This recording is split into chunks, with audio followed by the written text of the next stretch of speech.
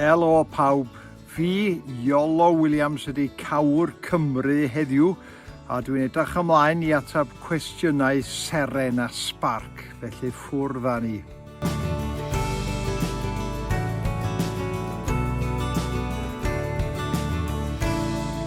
Wel, yn uchelgais i'n ysgol gynradd, credwch neu beidio, oedd chwarae rygbi dros Gymru. Oedd dad yn chwarae rygbi da iawn, ac o'n i eisiau chwarae dros Gymru, ond yn anffodus, doeddwn i ddim digon da.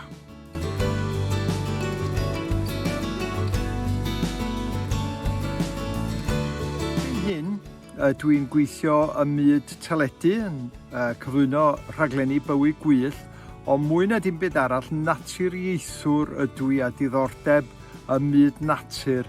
Felly dwi hefyd yn arwain teithiau ym Mrydain a dramor i ddangos bywyd gwyllt y byd i gyd i bobl.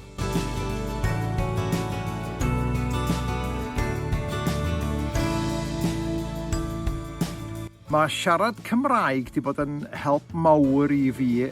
Yn y dechrau ges i waith efo Cymdeithas Gwarchod Adar, yr RSPB, ac oedden nhw'n edrach am rywun oedd yn nabod i adar, ond hefyd yn gallu siarad Cymraeg, achos oedden ni angen siarad efo ffermwyr cefn gwlad Cymru i helpu adar prin iawn fel y barcud coch.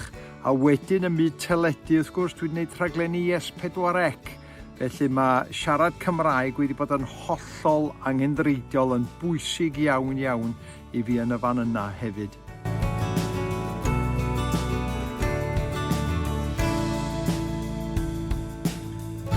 Uchafbwynt yng ngyrfa, wel, allai edrych ar hwnna llawar ffordd. I ddechrau allai edrych arno fo gweithio i Springwatch efo pobl enwog fel Chris Packham, ond hefyd gweld bywyd gwyllt y byd i gyd. Dwi wedi gweld yr anifail mwyaf yn y byd, y morfil glas, y blue whale.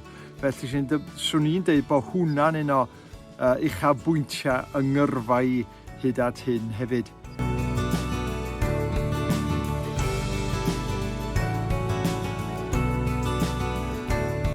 Yr anifail gwyllt mwyaf rhyfeddol dwi wedi weld, mae hwnna'n un anodd iawn i'w atab. Yr un mwyaf syfrdanol dwi'n meddwl i fi weld oedd yr orca, sef dolffin ydi o, killer whale, mae'n alw fo'n Saesneg, orca du a gwyn, a nes i weldyn i ffwrdd o gogledd arfordir yr Alban, a dwi'n cofio gweld y tarw, sef yr un gwryw un mawr, mae ata 9 i 10 metr o hyd, a mae asgell gefnol o y dorsal ffin yn dod trwy'r dŵr fel hyn, a mae hwnna mor dal a fi, felly hwnna oedd yr un mwyaf syfrdanol i fi weld erioed.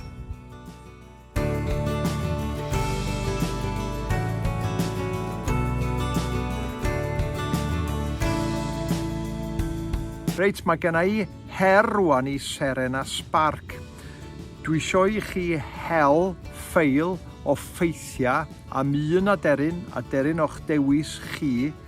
Wedyn, dwi am i chi gyflwyno'r ffeithiau diddorol yma mewn ffurf rhaglen teledu, fel tasa chi yn gyflwynwyr teledu, ac dwi isio i chi ffilmio fo.